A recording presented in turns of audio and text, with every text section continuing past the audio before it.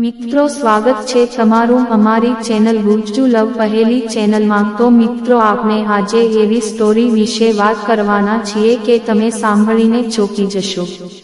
મિત્રો મારું નામ પાયલ છે અને જ્યારે હું 18 વર્ષની હતી ત્યારે મારા મેરેજ એક 30 વર્ષના છોકરા સાથે કરાવી દેવામાં આવ્યા હતા અને ત્યારે મારા મેરેજમાં હું બેહોશ પણ થઈ ગઈ હતી। કેમ કે આટલા મોટી ઉંમરના પુરુષને જોઈને મને પણ થોડું ઓલું થયું હતું અને તે હાલતમાં જ હું મારા સસુરાલમાં ગઈ હતી અને જ્યારે મને હોશ આવ્યો ત્યારે હું મારા સસુરાલ સાસરિયામાં હતી। તે 30 વર્ષનો પુરુષ મારી પાસે હતો એટલે પહેલા તો હું ડરી ગઈ અને મેં એમ કીધું કે અંકલ મને મૂકી દો પ્લીઝ, મને જવા દો, પણ તે માણસે મારી એક વાત ન સાંભળી અને થોડીવારમાં મને પાછી બેહોશ કરી દીધી। દોસ્તો હું ગુજરાતમાં એક નાના એવા ગામડાની છું અને મારી ફેમિલી ખૂબ ગરીબ છે અને આ મારી કહાની મારા ગામમાંથી શરૂ થાય છે। મારું એક નાનું એવું ગામ છે અને મારા ઘરે અમે 3 જ રહેતા હતા। હું, મારી મમ્મી અને મારી એક બહેન, અને મારી મમ્મી હંમેશા બીમાર રહેતી હતી। ડોક્ટરે તેનું એક ઓપરેશન કરવાનું કીધું હતું। તે થોડા ટાઈમમાં કરાવી લેવું ખૂબ જ જરૂરી હતું અને ત્યારે મારી ઉંમર હજી 16 વર્ષની હતી અને ત્યારે મને ખબર પડી કે મારી મમ્મીને તો કેન્સર થઈ ગયું છે। પછી ડોક્ટરે કીધું કે જો તમારે આને બચાવી હોય તો જલ્દી આનો ઈલાજ કરવો પડશે અને અમે તો એકલા ગરીબ હતા કે ઘરે જમવાનું પણ ના આવતું। ક્યારેક અમે એમને એમ જ સૂઈ જતા હતા। પછી અમારા સગા વહાલાઓએ થોડા પૈસા આપ્યા એટલે અમે મમ્મીને એક સરકારી હોસ્પિટલમાં લઈ ગયા અને ત્યાં મમ્મીને થોડો આરામ આવ્યો। થોડો ટાઈમ સારું રહ્યું પણ પછી મમ્મીને પાછું હતું એવું જ થઈ ગયું હતું। પછી તો સગા વહાલા પણ કોઈ મદદ નહોતા કરતા, કોઈ પણ અમારી મદદ નહોતું કરતું અને એમને એમ 2 વર્ષ વીતી ગયા। એકવાર બાજુવાળા આંટી અમારા ઘરે આવ્યા અને કહેવા લાગ્યા મારી મમ્મીને કે પાયલ માટે એક છોકરો છે, આપની બાજુના ગામમાં જ રહે છે। તો મારા મમ્મી તો ખુશ થઈ ગયા કેમ કે તે એવું વિચારી રહ્યા હતા કે મરી ગયા પહેલા મારી એક છોકરીના મેરેજ તો થઈ જાય અને ત્યારે મારા 18 વર્ષ થઈ ગયા હતા।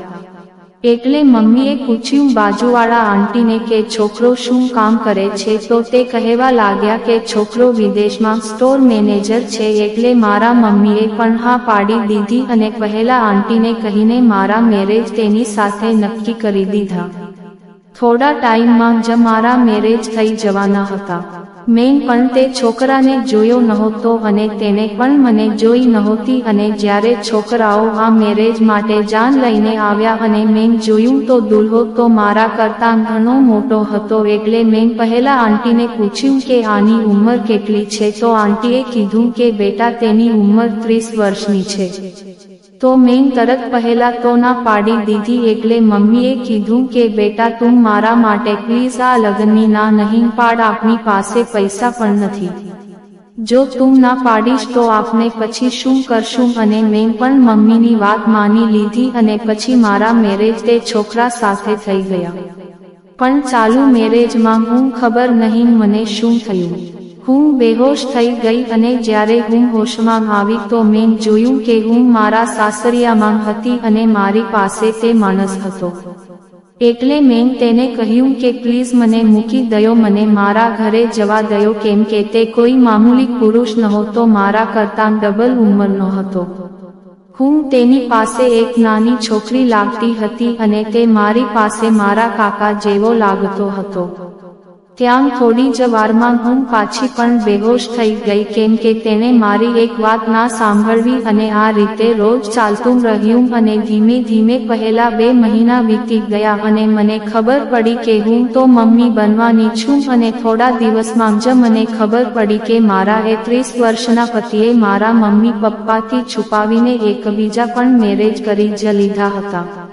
અને તે મારા પતિના બીજા ઘરે રહેતી હતી કેમ કે તે મારા સાસુને જરા પણ પસંદ ન હતી અને ત્યારે મારી ઉંમર એટલી નાની હતી કે મને કાંઈ ખબર નહોતી પડતી. મને તો એમ થતું કે મારા પતિને બે પત્ની છે તો એમાં મને શું પ્રોબ્લેમ, સારું કહેવાય. ધીરે ધીરે આ રીતે સમય પસાર થતો રહ્યો અને 5 થી 6 મહિના થઈ ગયા. ત્યાં મારા પતિએ એક દિવસ ઘરે આવીને મને કીધું કે પાયલ, હવે તું તારા ઘરે જતી રહે.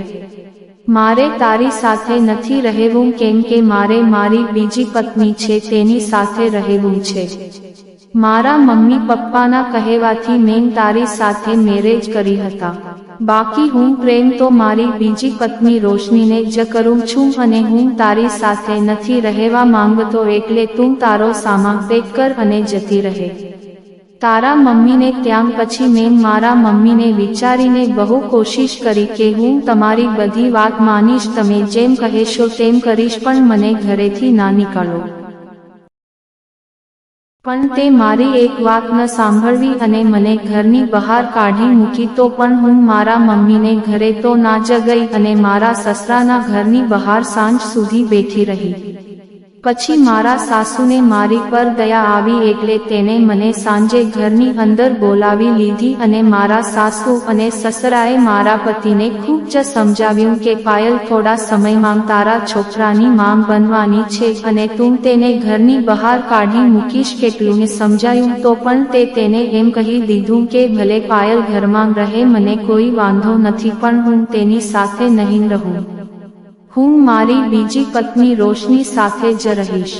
મેં મારા મમ્મીની તબિયત અને ઇજ્જતને ધ્યાનમાં રાખીને મેં પણ હા પાડી દીધી અને ત્યાં મારા સસરાના ઘરે એકલી રહેવા લાગી. થોડા સમયમાં મારે ત્યાં દીકરાનો જન્મ થયો અને હું માંગ બની ગઈ. મારો પતિ ક્યારેક પણ મને બોલાવતો તો પણ નહીં, તો પણ હું બધું સહન કરતી અને ઘરના કામ કર્યા કરતી. મારી હાલત થોડા ટાઈમમાં એક નોકરાણી જેવી થઈ ગઈ. મારો છોકરો ધીમે ધીમે 4 વર્ષનો થઈ ગયો અને તે સ્કૂલ પણ જવા લાગ્યો. મારા સાસુને સસરાને ખૂબ સારા લોકો હતા. તે મારું અને મારા છોકરાનું ખૂબ ધ્યાન રાખતા હતા. પણ એક દિવસ બન્યું એવું કે મારા સાસુ અને સસરાને વિદેશમાં તેના એક ફ્રેન્ડને ત્યાં 1 મહિના માટે જ જવાનું થયું અને તે બંને ત્યાં જતા રહ્યા. પછી તો મારું સાવ આવી બન્યું હતું કેમ કે મારા પતિ અને તેની બીજી પત્ની રોશની તો મને હંમેશા માટે ઘરમાંથી કાઢી મૂકવા જ માંગતા હતા. એટલે મારી પર ખૂબ એવું કરતા કે હું સામેથી ઘર મૂકીને ચાલી જાઉં, પણ હું મારા મમ્મીને ત્યાં જવા નહોતી માંગતી કેમ કે એક તો તેની તબિયત પણ સારી નહોતી, પૈસા પણ નહોતા અને આમ પણ પાછી તો જવાની જ નહોતી. પણ એક દિવસ મારા પતિ તેના અમુક દોસ્તોને ઘરે પાર્ટી કરવા માટે લઈને આવ્યા કેમ કે ઘરે સાસુને સસરા તો હતા નહીં, એટલે કોઈ કંઈ કહેવાવાળું નહોતું અને તેના 3 દોસ્તો આવ્યા અને પાર્ટી કરવા લાગ્યા અને સાંજનો સમય હતો. હું મારા છોકરા સાથે મારા રૂમમાં સૂતી હતી અને બહાર હોલમાં પાર્ટી ચાલી રહી હતી. તે બધા પી રહ્યા હતા અને થોડીવારમાં રોશની મારી પાસે આવી અને છોકરાને લઈ ગઈ. તે બોલી કે આજે તે અમારી પાસે સૂઈ જશે એવું કહીને તે તેને લઈ ગઈ. થોડીવાર તો મને ખૂબ જ અજીબ લાગ્યું કેમ કે આ કોઈ દિવસ મને કે મારા છોકરાને બોલાવે પણ નહીં અને સામે પણ ના જોવે, આને આજે મારા પર આટલો પ્રેમ કેમ આવે છે. પણ એ ગઈ અને થોડી જ વારમાં મારા પતિ મારી પાસે આવ્યા અને કહેવા લાગ્યા, ચાલ પાયલ, રેડી તૈયાર થઈ જા, મારા દોસ્તો આવશે હમણાં તારી સાથે કબડ્ડી રમવા માટે. મારા તો હોશ ઉડી ગયા કે આ મારા પતિ શું બોલી રહ્યા છે. પણ મારી પાસે બીજો કોઈ વિકલ્પ પણ ન હતો અને તે બધા પી ગયા હતા એટલે બીક પણ લાગતી હતી અને એક સાથે 3 દોસ્તો આવ્યા અને પછી શું દોસ્તો, તમે જાણો જ છો કે કેવી રહી હશે અમારી કબડ્ડીની રમત. અને મારા સાસુને સસરાને 1 મહિના પછી આવ્યા ત્યાં સુધી રોજ મારા પતિ તેના નવા દોસ્તોને ઘરે લઈને આવતા અને તેની પાસેથી પૈસા લઈને તેને એક ગેમ રમાડતા હતા. મારે તો શું કરવું? પછી મને પણ આદત પડી ગઈ અને થોડા ટાઈમમાં ખબર પડી કે હું પાછી મમ્મી બનવાની છું. પણ આ વખતે તો ખબર પણ નહોતી કે આ કોને રાખી દીધું હતું, કેમ કે રોજ 2-3 આવતા નવા એમાં કઈ રીતે ખબર પડે? મિત્રો, આજની વાર્તા વિશે તમારો શું અભિપ્રાય છે? મિત્રો, તમને આ વાર્તા કેવી લાગી કોમેન્ટ કરીને જણાવો અને તમને આ વાર્તા ગમી હોય તો ગુજ્જુ લવ પહેલી ચેનલને સબસ્ક્રાઇબ કરો.